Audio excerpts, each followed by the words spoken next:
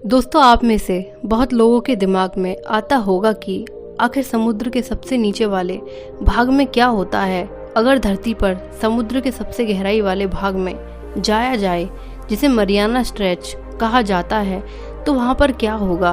तो आज इस वीडियो में मैं आपको इसके बारे में पूरी जानकारी दूंगी। इससे पहले मैं इस वीडियो को स्टार्ट करूं, जल्दी से चैनल को सब्सक्राइब कर लीजिए। दोस्तों, कुछ वैज्ञानिकों ने इसके बारे में थोड़ा बहुत पता लगाया है।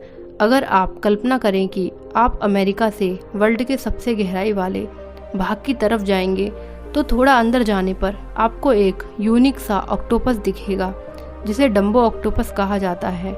9800 मीटर अंदर जाने पर मरियाना स्ट्रेच में आपको कुछ ऐसे जीव दिखेंगे जो मछलियों को एक बार में ही निगल जाते हैं। उसके बाद आपको कोम्बजेली मिलेगा। ये समुद्र की गहराई के अंधेरे में लाइट के जैसे चमकते रहते हैं। समुद्र की गहराई में आपको कुछ मछलियाँ ऐसी भी मिलेंगी जो कभी नहीं सोती हैं, और बहुत सी अजीब जीव मिलेंगे, जैसे ब्लैकफिश डेविल। इसे डेविल इसलिए कहा जाता है क्योंकि इसका चेहरा ही कुछ अजीब है। और फ्रिल्ड शार्क, इसके दांत देखने में बहुत ही अजीब होते हैं। और बहुत से पेड़ पौधे भी देखने को मिलेंगे जो देखने में बहुत ही अजीब हैं। इसके अलावा बहुत ही मछलियाँ ऐसी होंगी जिनके बारे में हमें जानकारी नहीं है। आप में से बहुत लोगों के दिमाग में ये बात आती ही है कि साइंस इतना आगे है, फिर भी अभी तक कोई वैज्ञानिक इसके बारे में कुछ पता क्यों नहीं लगा पाया। ऐसा इसलिए है कि उस भाग में जाने के लिए आप जिस सबमरीन में बैठकर जाएंगे वो बहुत ज़्यादा प्रेशर में रहता है, और उस पर बहुत ज़्यादा पानी का लोड भी होता है। वहाँ पर जाना भी बहुत खतरनाक है, इसलिए वहाँ पर कोई नहीं जाना चाहता है, और कुछ ही लोग वहाँ पर जा पाए हैं और कुछ थोड़ी बहुत जानकारी ला पाए हैं। दोस्तों, दरअसल पृथ्वी के जन्म के समय समुद्र नहीं थे। वैज्ञानिकों का अनुमान है कि समुद्र का जन्म आज से 50 करोड़ और 100 करोड़ वर्ष के बीच हुआ। समुद्र का जन्म धरती की सतह में स्थित पानी से भरे विशाल गड्ढे से हुआ है। दरअसल जब पृथ्वी का जन्म हुआ तो वह आग का गोला थी। पृथ्वी जब धीरे धीरे ठंडी होने लगी तो उसके चारों तरफ गैस के बादल फैल गए। ठंडे होने पर ये बादल काफी भारी हो गए और उनसे लगातार मूसलाधार वर्षा होने लगी। पृथ्वी की सतह के गर्म होने की वजह से जो भी पानी बरसता था वह भाप बनकर उड़ जाता था और वायुमंडल में बादल बनकर फिर से बरसने लगता था। लाखों साल तक ऐसे ही होता रहा।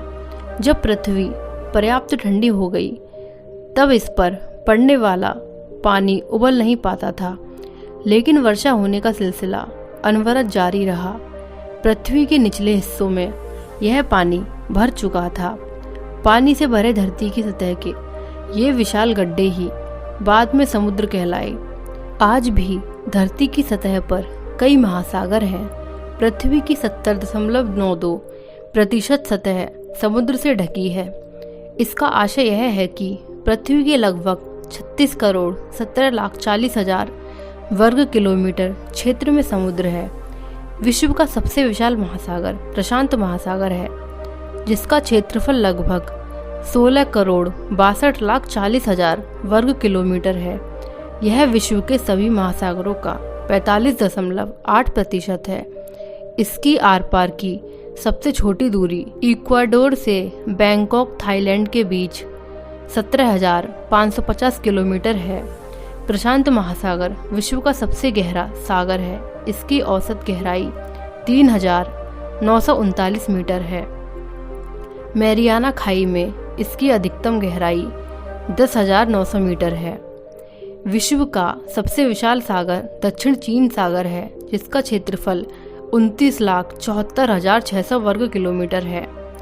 समुद्र की गहराई नापना बच्चों का खेल नहीं है। इसे ज्ञात करने के लिए ध्वनि तरंगों का प्रयोग किया जाता है। पानी के जहाज पर एक यंत्र लगा दिया जाता है जो अल्ट्रासोनिक तरंगे पैदा करता है। इस यंत्र को फैथोमीटर कहते हैं। इन तरंगों को कान से नहीं सुना जा सकता। इन तरंगों को समुद्र के अंदर भेजा जाता है, जो तलहटी से टकराकर परावर्तित हो जाती है। इन तरंगों को प्राप्त करके उनके जाने और लौटकर आने में लगे समय को आधा करके उसे समुद्र के पानी में ध्वनि की वेग के मान से गुणा करके समुद्र की गहराई का पता लगा लिया जाता है। दरअसल धरती की सतह पर अन्य खनिजों के साथ साथ नमक भी होता है जो पानी में घुलनशील होता है। जब बारिश होती है तो धरती की सतह का नमक घुलकर नदियों से होता हुआ समुद्र में चला जाता है। सूर्य की गर्मी से समुद्र का पानी तो भाप बनकर वायुमंडल में चला जाता है, लेकिन नमक वही रह जाता है। यह भाप वर्षा के रूप में पुनः धरती पर आ जाती है और फिर अपने साथ धरती का नमक समुद्र तक ले जाती है। लाखों वर्षों से यह क्रिया चल रही है। यही कारण है कि समुद्र का पानी दिनों दिन खारा होता जा रहा है। समुद्र के 1 गैलन पानी में लगभग 100 ग्राम नमक होता है। खुले समुद्रों की तुलना में भूमध्य सागर और लाल सागर के पानी में नमक की मात्रा अधिक होती है। यदि धरती के सारे समुद्रों को सुखाकर उनके प्राप्त नमक को जमा किया जाए तो उससे लगभग 300 किलोमीटर ऊंची तथा 100 किलोमीटर चौड़ी दीवार बनाई जा सकती है। नदी, तालाब आदि का पानी कुछ समय बाद सड़ने लगता है, लेकिन सागरों का पानी कभी नहीं सड़ता, जबकि उसमें हर दिन हजारों जीव जंतु मरते रहते हैं। दरअसल सागरों में ढेरों मछलियां होती हैं तथा दूसरे जलीय जानवर भी। इसके अलावा अमीबा तथा बैक्टीरिया भी होते हैं जिनका भोजन मरे हुए जानवर या सड़े हुए पेड़ पौधे हैं। ये ही इन्हें खाकर सागर को स्वच्छ बनाए रखते हैं। इसके अलावा सागर में गंदगी किसी एक स्थान पर एकत्रित नहीं होती। सागर का क्षेत्रफल बहुत ज़्यादा होता है, इसलिए इसकी गंदगी से उत्पन्न गैसें वायुमंडल में चली जाती हैं और बादल बनकर धरती पर वर्षा होती है। वर्षा का यह पानी वापस समुद्र में चला जाता है। पानी का यह चक्र अनवरत चलता रहता है। धरती द्वारा सोखा गया पानी भी पृथ्वी की छिद्रयुक्त परतों से होता हुआ समुद्र तक पहुंचता रहता है। दोस्तों, समुद्र में दिशा का ज्ञान करने के लिए आरंभ में सूर्य और तारों का सहारा लिया जाता था। बाद में प्राकृतिक चुंबक को दिशा ज्ञात करने के रूप में प्रयोग किया गया। पानी के कटोरे में लकड़ी या कार्क के टुकड़े तैराए जाते थे और उन पर चुंबकीय पत्थर के टुकड़े रख दिए जाते थे। उन चुंबकों के सिरे हमेशा उत्तर दक्षिण दिशा में रहते थे। इसके सिरों की स्थिति से दिशा ज्ञान हो जाता था। बाद में लोहे और इस्पात के चुंबकों का प्रयोग किया जाने लगा। आजकल दिशा सूचक में अधातु की छोटी सी डिबिया होती है जिसके ऊपर मोटे कागज का एक वृत्ताकार टुकड़ा लगा होता है। इस पर लंबवत दिशाओं में 4 हिस्से अंकित कर दिए जाते हैं। वृत्त के केंद्र पर धुरी के साथ क्षैतिज दिशा में एक चुंबक लटका दिया जाता है। कांच की प्लेट में इन सब को डिबिया में बंद करके रख दिया जाता है। चुंबक के 2 सिरे उत्तर दक्षिण दिशा की ओर रहते हैं। इससे यह पता चल जाता है कि उनका जहाज किस दिशा में जा रहा है। इसके अलावा जाइटो कंपास नामक एक यंत्र का भी इस्तेमाल दिशा ज्ञात करने के लिए किया जाता है।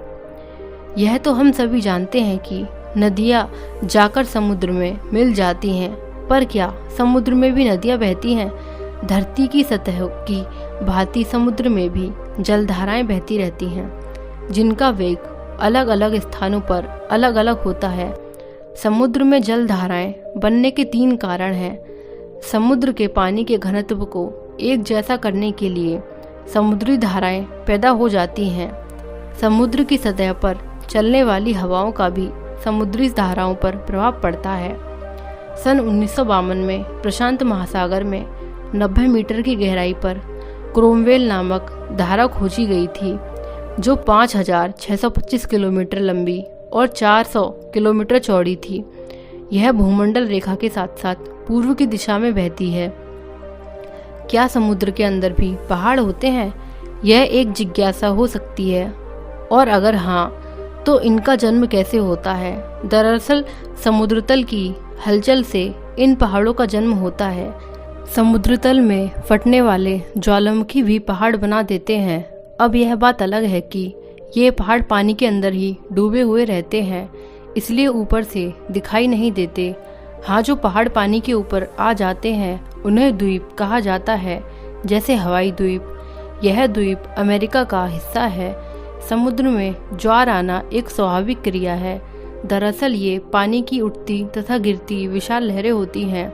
समुद्र में ज्वार आने के लिए चंद्रमा का गुरुत्वाकर्षण बल उत्तरदायी है। इस बल से पृथ्वी के ठोस भाग में तो परिवर्तन नहीं होता, लेकिन समुद्र के पानी में उतार चढ़ाव अवश्य पैदा होता है। आमतौर पर समुद्र में किसी स्थान पर प्रतिदिन 6 घंटे तक पानी ऊपर उठता है और उसके अगले 6 घंटे तक नीचे गिरता है। चंद्रमा पृथ्वी की सतह के जिस ओर होता है, ज्वार उस तरफ भी आता है और उसकी विपरीत दिशा में भी एक दिन और रात में किसी एक स्थान पर 2 बार ज्वार आते हैं। विश्व के सबसे ऊंचे ज्वार फंडी खाड़ी में आते हैं। इनका औसत उठाव 14.5 मीटर होता है। आई होप दोस्तों आपको ये वीडियो अच्छी लगी होगी। कमेंट सेक्शन में कमेंट करके बताना कि भारत का सबसे बड़ा जंगल कौन सा है और कहाँ पर है।